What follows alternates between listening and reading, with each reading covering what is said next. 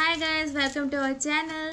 मैं हूँ आशीष और मैं हूँ पंकुरी और आपका बहुत बहुत स्वागत है पनाश ब्लॉगर्स में। सो गाइज, आज का ये वीडियो बहुत खास है क्योंकि आज बहुत दिनों बाद हम वीडियो बना रहे हैं। हाँ, बहुत महीनों बाद वीडियो बना रहे हैं एक साथ। हाँ, क्योंकि कुछ प्रॉब्लम्स हो गई थी बीच में।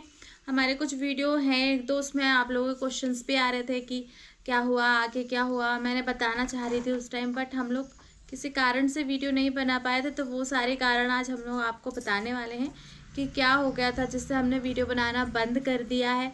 आप लोग पूछ भी रहे हैं कुछ लोग कि बेबी कैसे हुआ, आपको क्या हुआ, फिर प्लेजेंटा का वगैरह जो मैंने आपको बताया था कि वो वीडियो मैंने इसलिए बनाया था कि उससे बहुत सारे लोगों को भी हेल्प मिल सकती है ना, कि कैसा होता है। कुछ लोगों को ना प्रॉपर उतना समझ में नहीं आता है, और डॉक्टर्स से भी सारे डॉक्टर्स अलग अलग तरीके से बताते हैं, अलग अलग चीज़ें बोलते हैं। तो मैंने इसलिए बनाया था। तो उसके आगे का वीडियो रह गया था। एटलीस्ट 5 मंथ हो चुके हैं, हमने वीडियोस नहीं डाले हैं। अभी कुछ डाले हैं, बट वो जो वीडियो था उससे आगे का वीडियो जो हमको बनाना था वो नहीं बना पाए थे हम। तो अगर आपने वो वीडियो नहीं देखा है तो हम आई बटन में उसका लिंक दे देंगे, डिस्क्रिप्शन में भी दे देंगे।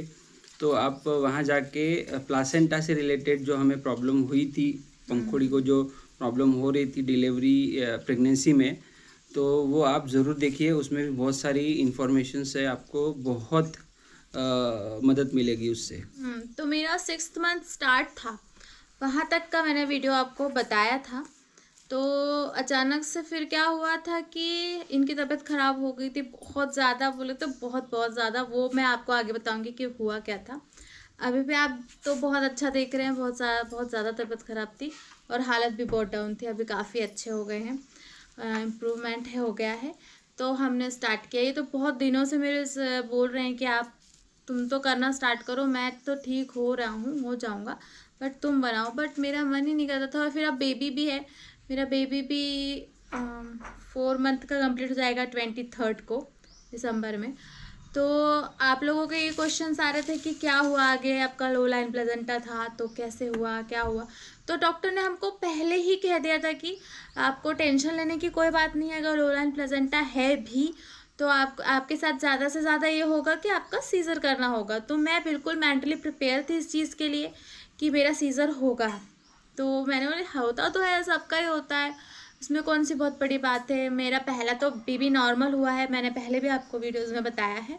तो अभी वो 11 साल का हो चुका है, अभी दिसंबर 7 को। वो वीडियो भी आप लोगों ने देखा होगा, हमने शेयर किया आप लोगों के साथ। तो पहला भी बेटा है और अभी भी मुझे बेबी बॉय ही हुआ है। वो नॉर्मल हुआ था मुझे, लेकिन फिर भी अब बेबी तो बहुत सारे लोग तो सीजर से करते हैं। बेबी को हमें इस दुनिया में लाना है तो 2 तरीके हैं। तो अगर इस बार कुछ मुझे प्रॉब्लम है तो करेंगे ना, वैसे ही करेंगे। मैंने ये सोच लिया था मन में और सोचा था ठीक है, इट्स ओके। मैं प्रिपेयर थी इस चीज़ के लिए। फिर क्या हुआ कि इनकी तबीयत अचानक ख़राब हो गई। जस्ट मैंने वो वीडियो आपके साथ शेयर किया है, उसके दूसरे दिन हम लोग डॉक्टर के पास गए थे।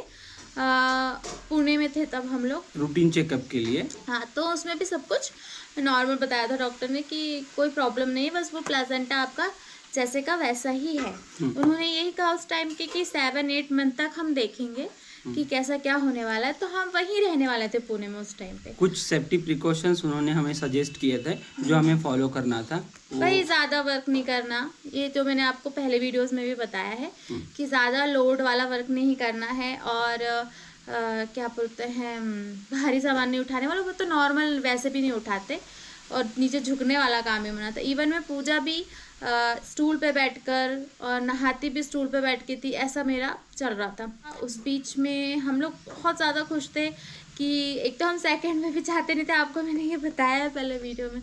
पर जब हमने सोच लिया कि नहीं चलो, अब मैं प्रेग्नेंट हो गई थी तो हमने सोचा कि चलिए ठीक है, कोई बात नहीं। अब वीर को भी बहुत मन था, हमने सोचा ठीक है लाते हैं, अभी छोटा बेबी एक, और भाई या बहन जो भी हो। तो उस चीज़ के लिए हम लोग बहुत खुश थे। और अचानक से ही इनकी तबीयत ख़राब हो गई। तबीयत में क्या क्या हुआ था वो मैं आपको बाद में और बताऊंगी। तो उसके कारण क्या हुआ कि 1 से 1.5 महीना बहुत ज़्यादा स्ट्रगल वाला चला गया। मेरा आराम तो छोड़ ही दीजिए आप, मैं प्रेग्नेंट हूँ, मैं भूल गई थी कि मैं प्रेग्नेंट भी हूँ। ना टाइम से मेरा खाना हो रहा था ना कुछ, और ये एडमिट थे, आईसीयू में थे। तो वहाँ पे जाना आना, और फिर मेरे सासू माँ ससुर जी सब लोग आए, वो सब थे मेरे साथ में। तो उससे मुझे थोड़ी हिम्मत थी कि हाँ मेरे साथ थे सब लोग। बट क्योंकि मैं तो अकेले कर नहीं पाती, आपको मैंने पहले भी बताया कि हम दोनों और हमारा बेबी हम लोग साथ में रहते थे। तो फिर उन लोग आए, तो कम से कम 1-1.5 महीना करीब ऐसे ही निकल गया। इनकी तबीयत को संभालते संभालते तबीयत इतनी ज़्यादा ख़राब हो रही थी। फिर हम लोगों ने सबने डिसाइड किया घर में सब फैमिली मेम्बर्स ने कि हम नागपुर आएंगे, जो हमारा नेटिव प्लेस है वहाँ पे आएंगे। ये बचपन से वहीं रहे, मेरा ससुराल नागपुर का ही है। तो फिर हमने ये डिसाइड किया कि वहाँ जाएंगे, क्योंकि मम्मी जी पापा जी को भी पुणे का उतना जम नहीं रहा था, उतना ज़्यादा नॉलेज नहीं था जगह की। वो ये करना है तो कहाँ जाए, वो करना है तो कहाँ जाए। और हमको कुछ ना का ट्रीटमेंट भी नहीं जम रहा था ना, इनको बिल्कुल भी आराम नहीं मिल रहा था, कुछ भी सूट नहीं हो रहा था। हाँ जस के तस, और बार बार एडमिट होना, बार बार मतलब हर 15 दिन में एडमिट होना। तो वो बहुत ज़्यादा दिक्कत हो रही थी इनको। तो फिर हम लोगों ने डिसाइड किया कि हमको मूव करना है नागपुर। लेकिन उसमें ये प्रॉब्लम आ रही थी कि मेरा लो लाइन प्लेसेंटा, उसके कारण मुझे सख्त मना था कि आपको ट्रैवलिंग नहीं करनी है। लेकिन क्या करते, ज़्यादा इम्पोर्टेंट इनकी तबीयत थी। अगर इनकी तबीयत के ना सोचकर हम नागपुर नहीं आते तो आज इनकी तबीयत इतनी अच्छी नहीं होती। और मेरा क्या है, तो मैंने सोचा कि ठीक है देखी जाएगी, हम थोड़ा सा प्रिकॉशन लेके जाएंगे। थोड़ा अपनी गाड़ी की हमने, फिर कार की, और फिर कार से ट्रैवल हमने रुक रुक के थोड़ा सा आराम से ट्रैवल करते हुए हमने इतना लंबा सफ़र किया। कितने किलोमीटर है? लगभग 800 किलोमीटर। 800 किलोमीटर का सफ़र तो ये बात ये लगभग मई एंड और जून महीने की बात है। नहीं, हम लोग शायद जून में 18 या 19 जून को आए थे वहाँ से, नागपुर को आए थे। और वैसे तो 15 दिन से चलने की बात हो रही थी कि हमें नागपुर जाना है, नागपुर जाना है। लेकिन हमारा डिसीज़न एकदम से, क्योंकि रिजर्वेशन भी ज़रूरी था ये, क्योंकि हम लोग 6-7 लोग थे और सारे कार से, ये पॉसिबल भी नहीं था। और उतना सफ़र सबको जमता भी नहीं है, जैसे मम्मी जी वगैरह थी मेरी, तो कुछ लोग बस से आए, कुछ कार से आए, ऐसे करके रिजर्वेशन भी देखना था। तो उसके कारण हमारा थोड़ा 15 दिन डिले हो गया था। तो बात हमारी बहुत पहले से चल रही थी कि हमें यहाँ पे कुछ सूट कर नहीं रहा है, तो हमें वहाँ जाना है। इसलिए में मेन बात डॉक्टर की नहीं थी, मेन बात ये थी कि मम्मी जी पापा जी को भी जम नहीं रहा था वहाँ पे रहना। हमारा प्रॉपर घर यहाँ है, और हमारा वहाँ पे जो घर था उसमें सीढ़ियाँ थी, इनको बहुत ज़्यादा दिक्कत हो रही थी सीढ़ियाँ चढ़ना उतरना। तो 1-2 बार तो इनको पकड़ के 2-3 लोगों ने उठा कर लेके आए थे नीचे कार में, इतनी ज़्यादा तबीयत इनकी बिगड़ रही थी। तो फिर हम लोगों ने सोचा कि नहीं अब जाना तो है ही। लेकिन फिर वीर का स्कूल था और मेरा भी ट्रैवलिंग का था, तो फिर इन्होंने कार वाला ऑप्शन होगा, क्योंकि इनको भी ज़्यादा लंबा सफ़र करना उस टाइम पे बिल्कुल वो नहीं था। तो फिर हमने कार का ऑप्शन चूज़ किया। वीर और उसकी दादी को बस से आने दिया और हम लोग कार से आए। हमारे साथ मेरे जिया जी, मतलब इनके जिया जी, मेरे बहनोई, वो भी आए थे, वही हमको नागपुर लेकर आए थे। तो ऐसे करके फिर हम लोग नागपुर आ गए।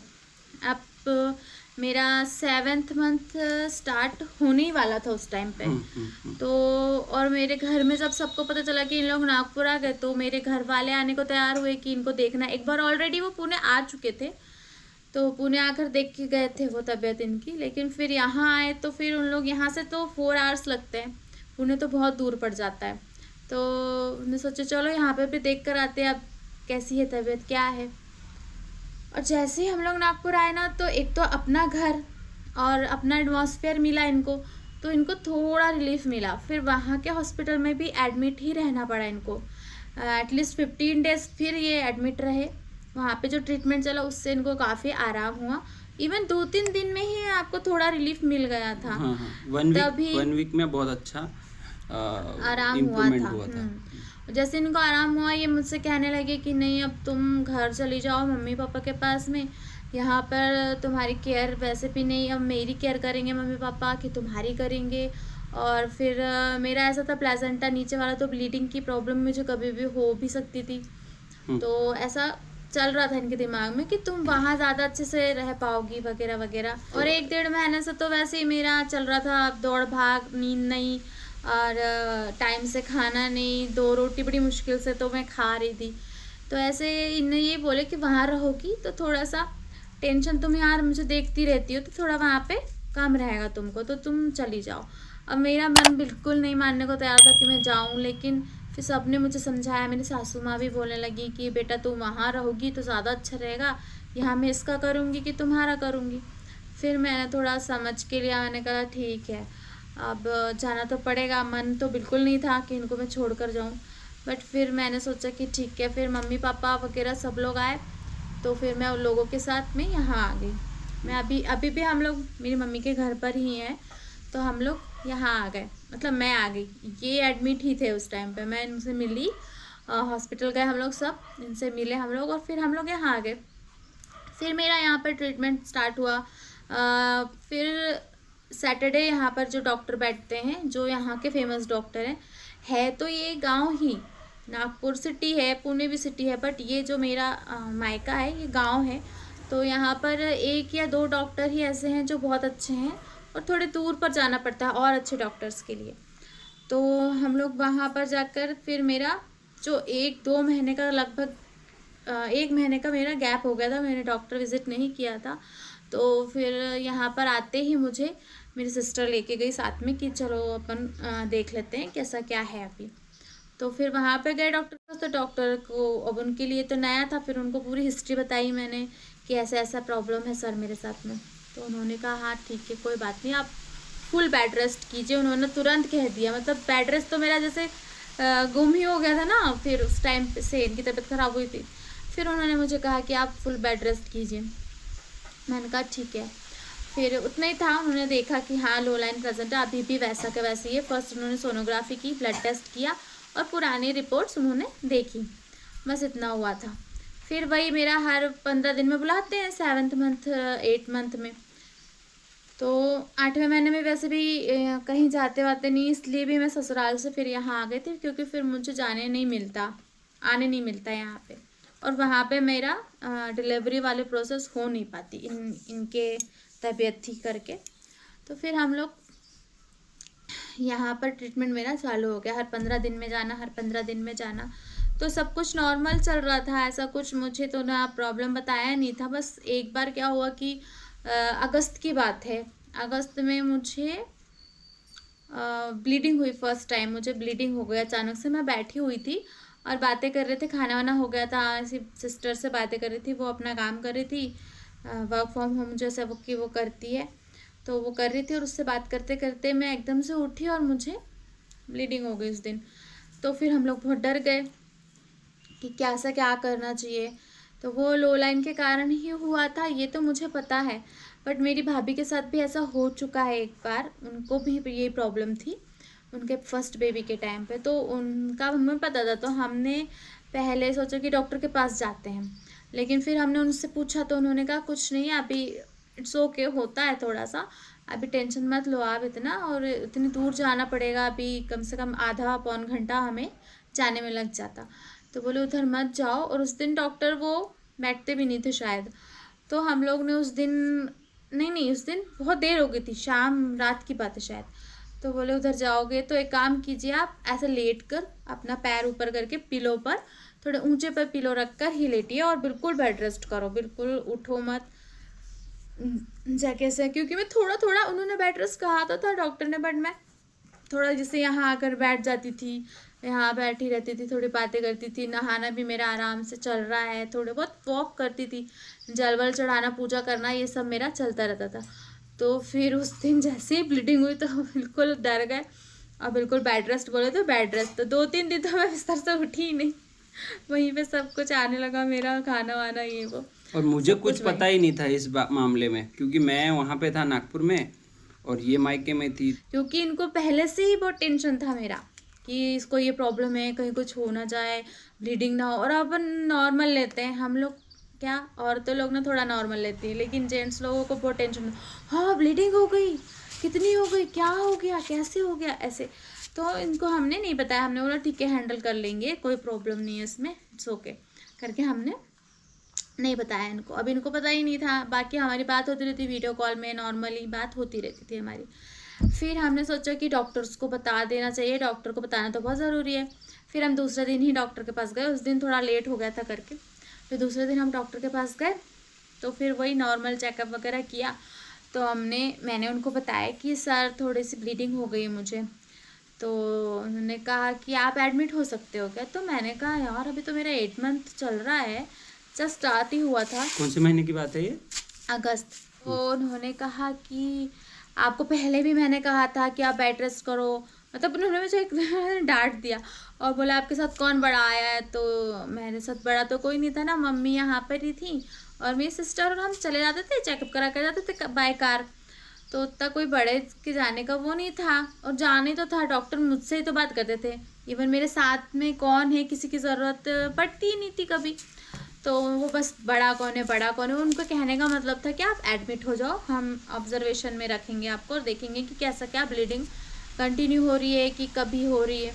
तो हमने मना कर दिया उनको कि नहीं नहीं हम तो एडमिट तो नहीं होंगे सर, लेकिन आप देख लीजिए कुछ इंजेक्शन वगैरह होगा तो कर दीजिए, क्योंकि 1 घंटा दूर हमारा घर, यहाँ पे कोई था नहीं, कैसे एडमिट हो जाते। खाना पीना अभी बाहर का मैं खा भी नहीं सकती थी ज़्यादा। तो हम लोगों ने ये सोचकर एडमिट नहीं हुए और उस दिन सर से बोलकर हम लोग वहाँ से आ गए। फिर क्या हुआ कि फिर उसके बाद मुझे ब्लीडिंग नहीं हुई, एकदम मैं नॉर्मल हो गई। और फिर उसके बाद मैंने कंटिन्यू जो बेड पे रही हूँ ना, बहुत ज़्यादा, मतलब मैंने जल वल चढ़ाना छोड़ दिया, पूजा के कमरे में जाना भी छोड़ दिया, क्योंकि मैं 1-2 दिन के आड़ में नहाने लगी। तो जो भी सब लोग बोलते थे एक काम करो, तुमको जो भी पूजा करना है तुम, मतलब पाठ वगैरह जो भी करना है, तो मैं पहले से करती थी, आपने मेरे वीडियोस में देखा होगा। तो तुम अपने बिस्तर पे ही भगवान का नाम लो और वहीं पर रहो, जो बुक्स पढ़ना है बुक्स पढ़ो। हाँ, जितना जो हो सकता है सब बेड वाला काम करो। तो मेरे ख्याल से ये वाला डिलीवरी के 15 दिन पहले तक की बात है ना? हाँ हाँ बिल्कुल, क्योंकि अगस्त में तो मेरी डिलीवरी हो ही गई थी ना, और शायद जुलाई लास्ट में राखी थी क्या, कि 12 अगस्त को राखी थी शायद। हाँ शायद 12 अगस्त को राखी थी। तो बस फिर वो वाली ब्लीडिंग तो मेरी सेकंड ब्लीडिंग थी वो, इसके पहले जुलाई में भी हुई थी थोड़ी सी। तो जो राखी के बाद वाली जो मैं आपको ब्लीडिंग बता रही हूँ ना, ये थोड़ी ज़्यादा हो गई थी और रात के 11-12 बज रहे थे, इसलिए फिर हम दूसरे दिन गए थे हॉस्पिटल। तो पहली बार तो बहुत कम हुई थी, लेकिन ये वाली थोड़ी ज़्यादा हो गई थी। तो इसमें हम लोग बहुत ज़्यादा डर गए थे कि अरे यार अब तो डॉक्टर को दिखाना पड़ेगा। और फिर जब हम सेकेंड टाइम फिर गए, और हम तो दूसरे दिन नहीं गए थे, 18 को गए थे हम, मुझे अच्छे से याद है, सैटरडे था एक्चुअली, और मेरी सिस्टर की छुट्टी थी, क्योंकि बाकी दिन छुट्टी रहती नहीं है, सैटरडे छुट्टी थी उसकी। तो फिर हम लोग सैटरडे गए और हमने सर को बता दिया कि कल ब्लीडिंग हुई है, क्योंकि उनको अगर बताते कि 12 को हुई है तो वो तो हमको बहुत डांटते डॉक्टर तो। का। हाँ डॉक्टर, क्योंकि इसके पहले भी जब मुझे हुई थी तो 1 महीना हो चुका था उस चीज़ को। तो फिर मैंने सोचा कि ठीक है ना, उस बार भी तो हुई थी, इट्स नॉर्मल। भाभी को भी फिर से हमने बताया तो उन्होंने भी कहा इट्स ओके, होता है, नॉर्मल है। बट कुछ ज़्यादा ही हुई थी। हाँ, तो इस बार थोड़ी ज़्यादा हुई थी। तो हम तो डर रहे थे ना, क्योंकि हम सामने देखे नहीं हमने कभी, तो हम लोग डर रहे थे। मेरी सिस्टर भी बहुत डर रही थी कि एक तो मैं यहाँ हूँ मायके में, तो वो मम्मी को भी वो डर लगता है कि नहीं किसी और की अमानत है, कहीं कुछ गड़बड़ ना हो जाए ये वो, तो उस टाइप से। तो फिर हमने उस दिन डॉक्टर सर ने हमको फिर कहा कि एक काम कीजिए, आप इस बार तो एडमिट हो जाइए। तो हम लोगों ने भी 1 बार 2 बार सोचा, थोड़ा सा फिर भी सोचा उस दिन, लेकिन दोनों के दिल में यही आया कि इस बार तो एडमिट हो जाना चाहिए, क्योंकि 8 मंथ मेरा चल रहा, 9वां लग चुका था। हाँ 9वां लग चुका था। कब से 14 से या 15 से मेरा डेट बदलती थी, तो मेरा 16-18 तारीख थी ना, तो मेरा 9वां स्टार्ट होके 4-5 दिन हो गए थे। तो मैंने कहा अब हो जाना चाहिए, क्योंकि उस टाइम पे मुझे ये टेंशन था कि अगर मुझे पेन हो गया नॉर्मल वाला जैसा होता है तो मैं और लो लाइन में कैसे हो जाऊंगी, वहाँ ब्लीडिंग का टेंशन ज़्यादा रहता है। तो वैसे भी मेरे नॉर्मल होने के चांसेस बिल्कुल भी नहीं थे, क्योंकि जो मेरी इनकी तबीयत ख़राब होने के बाद जो मेरा रेस्ट नहीं हुआ ना, उसके कारण भी कहीं ना कहीं प्लाजेंटा मेरा ऊपर मूव नहीं किया था। बस उस दिन तो हमने ज़्यादा सोचा नहीं, जो होगा देखा जाएगा, खाने का कुछ का नहीं सोचा, बस हम लोग हो गए एडमिट। हमने सोचा कि सर देखेंगे, 2-4 दिन रख के बोलते देखते हैं कैसे क्या ब्लीडिंग हो रही है। उनको क्या लग रहा था कि कंटिन्यू तो नहीं हो रही है, तो वैसे ही हमने उनको बताया, तो एडमिट हो गए। हमने यहाँ घर पे कॉल कर दिया, मम्मी पापा को बता दिया कि एडमिट होने को बोल रहे हैं, तो एडमिट हो जा रहे हैं। क्योंकि फर्स्ट बेबी मेरा जो है वीर, वो भी ना बिल्कुल 9वां महीना स्टार्ट हुआ ही था, 3-4 दिन हुए थे और वो हो गया था, तो वो टेंशन मेरे को था। तो मेरे ख्याल से हम दोनों को लगा कि अब ये सही समय है, एडमिट हो जाना चाहिए।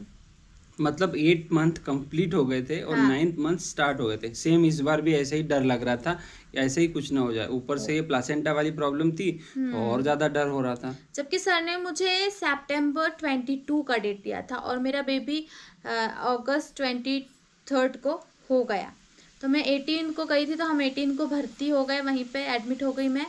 एंड देन फिर एक दीदी थी हमारी वहाँ पे रहती थी, तो वहीं से खाना वाना आना वाना हमारा चालू था, घर का ही खाना खा रहे थे मैं, तो वहाँ से चालू था एकदम। मैं और मेरी सिस्टर वहीं हो गए एडमिट। उसका अटेंडर का भी एक बेड रहता ही है, तो कोई टेंशन था नहीं, तो हम लोग आराम से रह रहे।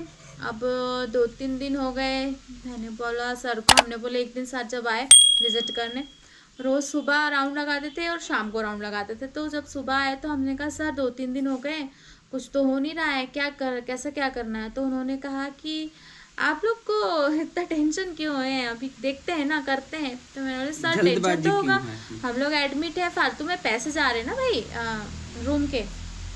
तो बोलते हैं कि नहीं नहीं अभी रहो आप, देखते हैं। फिर उन्होंने उस दिन ये कहा, रात को आए तो उनने भी थोड़ा सोचा 2 बार कि सही बात है कुछ हो नहीं रहा है। तो उन्होंने कहा कि देखेंगे हम 2-4 दिन, मतलब 1 आध हफ्ता देखते हैं, फिर हम ऑपरेट कर देंगे। अभी बेबी आपका इतने वीक का हो गया है, उन्होंने कुछ कैलकुलेशन लगाया, अभी हम बेबी को निकाल सकते हैं, ऐसा बोला उन्होंने। तो हम लोग को टेंशन हो गया। हमने सोचा है हम तो नॉर्मली ऐसे ऑब्जर्वेशन के लिए थे, तो ऑपरेशन का बोलने लगे। तो हमने जैसा भी था अपडेट हम घर पे देते रहते थे, हमने घर में बता दिया। तो मम्मी बोलती ठीक है ना, यहाँ की घर पे रहने से, टेंशन में रहने से अच्छा है वहाँ पे रहो और टेंशन फ्री हो के जैसे होगा, कुछ भी प्रॉब्लम होगी वहीं के वहीं बता देना, डॉक्टर्स देखते लोग हैं, रहते हैं। हफ्ते भर की बात है, कोई बात नहीं